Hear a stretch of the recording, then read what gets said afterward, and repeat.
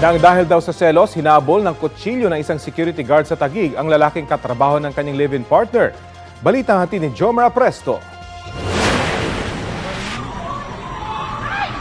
Kuha ang video na yan sa BGC sa Taguig City. Ang lalaki na nagtangkang manaksak sa video, isa raw security guard. Habang ang biktima naman, call center agent at katrabaho ng live-in partner ng suspect. Ayon sa pulisya, susunduin sana ng suspect ang kanyang live-in partner. Susurpresahin niya pa sana ito ng bulaklak. Pero nasurpresa daw ang suspect dahil magkasabay na lumabas ng elevator ang biktima at ang kanyang live-in partner na dati na niyang pinaghihinalaang may relasyon. Doon nag-umpisa yung jealous niya na parang tingin niya yung pagdududa niya is totoo. That's why nilabas niya na yung kutsilyo niya. So, luckily itong victim natin is nakatakbo, nakaiwas doon sa mga saksak na binigay ng suspect natin. Nakapasok naman sa labi ng isang gusali ang biktima at dito na nahuli ng dalawang gwardya ang suspect. Tinanong ko yung suspect natin, yun na nga is parang wala na daw spark yung relationship nila. And then siguro nakikita rin siya na laging nasa cellphone yung kalibin niya. Na dati hindi naman daw ganun. Nasa kustodiya na ng Taguig City Police Station ang suspect na nahaharap sa reklamong attempted homicide habang sinusubukan din namin makuha ng pahayag ang biktima. Jomer Apresto nagbabalita para sa GMA Integrated News. May gun ban po ngayon sa buong Metro Manila. Alinsunod po yan sa nangyayaring Asia-Pacific Ministerial Conference on Disaster Risk Reduction sa Philippine International Convention Center dyan sa Pasay. Nagsimula po ang gun ban kahapon at magtatagal hanggang Biyernes, October 18. Mga tauhan lamang ng PNP, AFP at iba pang law enforcement agencies na may official duty ang papayagang magdala ng mga baril. Dahil po sa event, suspendido rin ang klase sa mga eskwelahan sa Maynila at Pasay ngayong pong araw at bukas. Wala rin pong pasok ang mga opisina ng gobyerno roon. Ito ang GMA Regional TV News. Narito na po ang GMA Regional TV para sa may init na balita mula sa Luzon. Makakasama po natin si Chris Soniga. Chris? Salamat, Connie. 17 ang sugatan matapos magkabangga ng isang jeep at mixer truck sa Castilla, Sorsogon. May mag-anamang natagpo ang patay sa Licuan Baay, Abra. Ang mainit na balita hatid ni CJ Turida ng GMA Regional TV.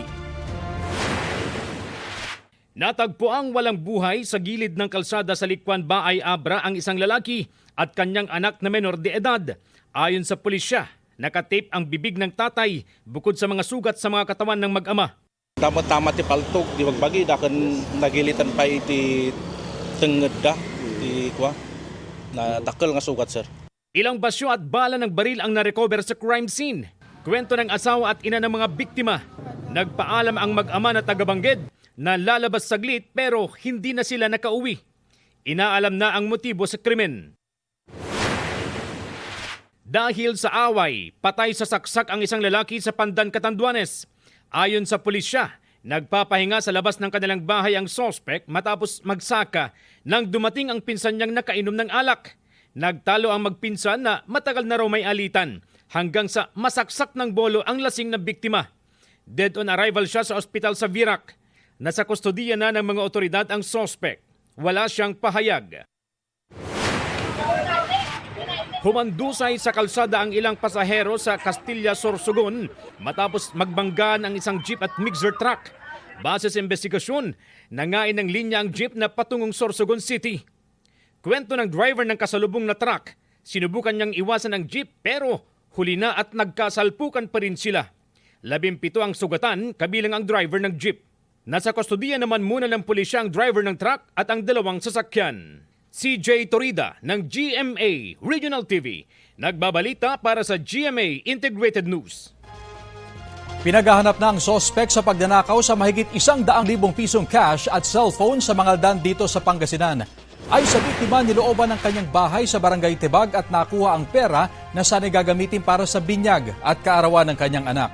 Sa isa namang video mula sa social media, may natagpo ang mga cellphone na nakabalot sa tela na iniwan lang sa parehong barangay. Hinala ng mga otoridad, ninakaw rin ang mga ito ng parehong sospek na nanloob sa bahay ng biktima. Nagtutulungan na ang mga opisyal ng Tebag at kalapit na mga barangay para mahanap ang sospek. Naipaalam na rin ito sa pulisya at iniimbestigahan na ang insidente. Bukas, October 15 na ang itinaktang deadline ng Bureau of Immigration sa foreign POGO workers na voluntaryo magpa-downgrade ng work visa sa temporary visitor visa. Kaugnay niyan, kausapin natin si Bureau of Immigration spokesperson Dana Sandoval. Magandang umaga at welcome po sa Balitang Hali. Magandang umaga po sa inyo. Opo, sa inyo pong monitoring, ilang foreign POGO workers na yung nakapag-voluntary visa downgrade bago yung deadline na bukas? Well, sa ating tala po, mga nasa 12,000 foreign nationals na po ang nakapag-submit ng kanilang downgrading before the deadline. So, meron pa po today and tomorrow para makapag-file po sila ng downgrading nila before i-cancel po ng opisina ang kanilang mga visas. Gaano ba kalaga na makapag-visa downgrade itong mga foreign POGO workers bukod dun sa threat of cancellation? Yes, yung voluntary po nila na pagda-downgrade ng visas means that they are complying with the regulations of the Bureau of Immigration and the national government. Kapag po hindi sila sumunod nito, ay sila po, at hindi po sila umalis before December 31, sila po ay maaring mailagay sa blacklist natin at hindi na po makabalik dito sa Pilipinas. Kung sila po ay voluntaryo na i-surrender ang kanilang status here and they downgrade and they leave the country voluntarily, it means that they are still complying with the laws po ng ating bansa. At may opportunity pa po sila na bumalik sa Pilipinas kung meron po silang lehitimo na gagawin or activities here in the country. Sa main office lang ho ba ito ng BI pwedeng gawin? 2 offices po. They can do it in the main office in Intramuros. They can also do it po in our office in Taguig. Sa ibang issue naman po, may mga personalidad na bang natukoy sa pagbabacktrack ninyo at pakikipag-ugnayan sa counterpart sa Malaysia, kaugnay po ng paglapag ni Alice Go sa Kuala Lumpur International Airport? Sa ngayon po may mga sinusundan tayo na leads pero wala pa po tayong finality doon sa mga leads na yon. Kinakailangan pa po natin i-verify with other sources. Napakarami pong conflicting information na nakukuha natin dito sa illegal na pag-alis ni Alice Guo that needs to be verified and re-verified with other external sources. Siguro po in the next few weeks mas makakapagbigay linaw pa po tayo. Ang alam po natin, kalahati po ng storya nitong si former Mayor Alice Guo ay invalidated already and we're in the process of knowing the other half kung paano po talaga siya nakalis ng bansa. Pero normal na kalakaran po ba talaga na kapag maliit na airport, talagang posibleng hindi dumaan sa BI yung mga lalabas ng bansa? There's a possibility po for that if it was kept from the CIQ or the Customs, Immigration and Quarantine because for smaller aircrafts po, may mga nag-handle dyan, mga ground handlers na sila po ang nag-a-apply ng mga permits at mga clearances for the aircraft itself and for the passengers, the cargo, and everything else doon sa aeroplano na iyon. Kapag hindi po ito ipinaalam sa CIQ, then there is a possibility po na nag-take off ito nang wala pong clearances ng mga ahensyang iyon. Okay. Anyway, nasa bansa pa po ba si Harry Roque na ngayon nasa immigration lookout na rin ng BI at maging yung kanyang asawang pinaka-contempt naman po ng Quad Committee? Yes, sa ngayon po wala pa po tayong record na umalis po sila ng bansa. Pero hindi po nangangulugan na nandito pa sila. Wala lang kayong record na lumabas na sila ng bansa. We're basing po on the immigration records and sa atin po sa mga na-process natin, no attempts po to leave the country. Okay. Maraming salamat po sa oras na ibinahagi niyo po sa Balitang Hali. Salamat po at magandang umaga. Si Bureau of Immigration spokesperson, Dana Sandoval. Sabi po ng Department of Justice, pwedeng gamitin sa mga kaso sa Pilipinas ni Pastor Apollo Kibuloy ang plea bargain agreement sa Amerika ni Kingdom of Jesus Christ Human Resource Officer Marisa Duenas. Sa nakuhang impormasyon ng DOJ sa US Embassy, pumayag si Duenas na aminin sa korte na nagsabwatan sila ng kanyang mga kapwa-akusado na ayusin ang hanggang 100 peking kasal ng mga KOJC member para lusutan ang immigration laws ng Amerika. Kapalit po niyan, kasong marriage fraud na lamang daw ang haharapin ni Duenas imbis na mas mabigat pang kaso. Ayon naman sa abogado ni Kibuloy na si Attorney Israelito Torion, walang legal na batayan para makaapekto ang plea bargain deal ni Duenas sa Amerika sa mga kaso ni Kibuloy sa Pilipinas.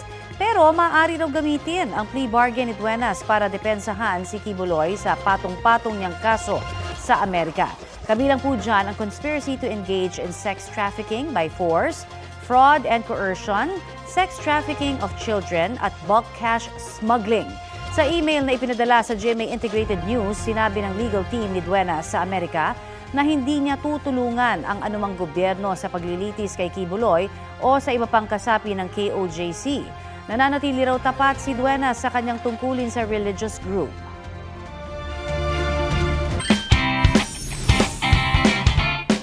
Tagumpay ang mga Pinoy kickboxer sa kanilang paglaban sa 2024 Asian Kickboxing Championships sa Phnom Penh, Cambodia. Nakakuha sila ng 16 na medalya sa iba't ibang events. Kabilang dyan ang 5 gold medal. 2 mula kay Jovan Medallo at tig-isa sina Carlo Buminaang, Gina Araos at Pinoy Olympian Ergie Bacyadan. May silver medal naman si Honorio Banario na lumaban sa 75 kg K1 male. Meron ding 10 bronze medal ang Pilipinas sa kompetisyon. Good job sa inyo!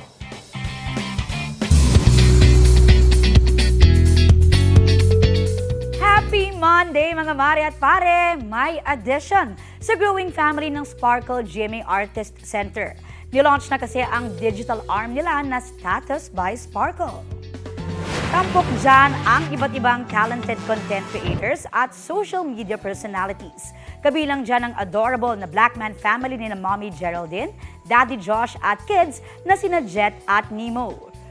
Ready na rin to share her makeup tutorial si Paul Pelaez, aka Chicana, at ang kanyang easy-to-cook recipes ni Chef Elite.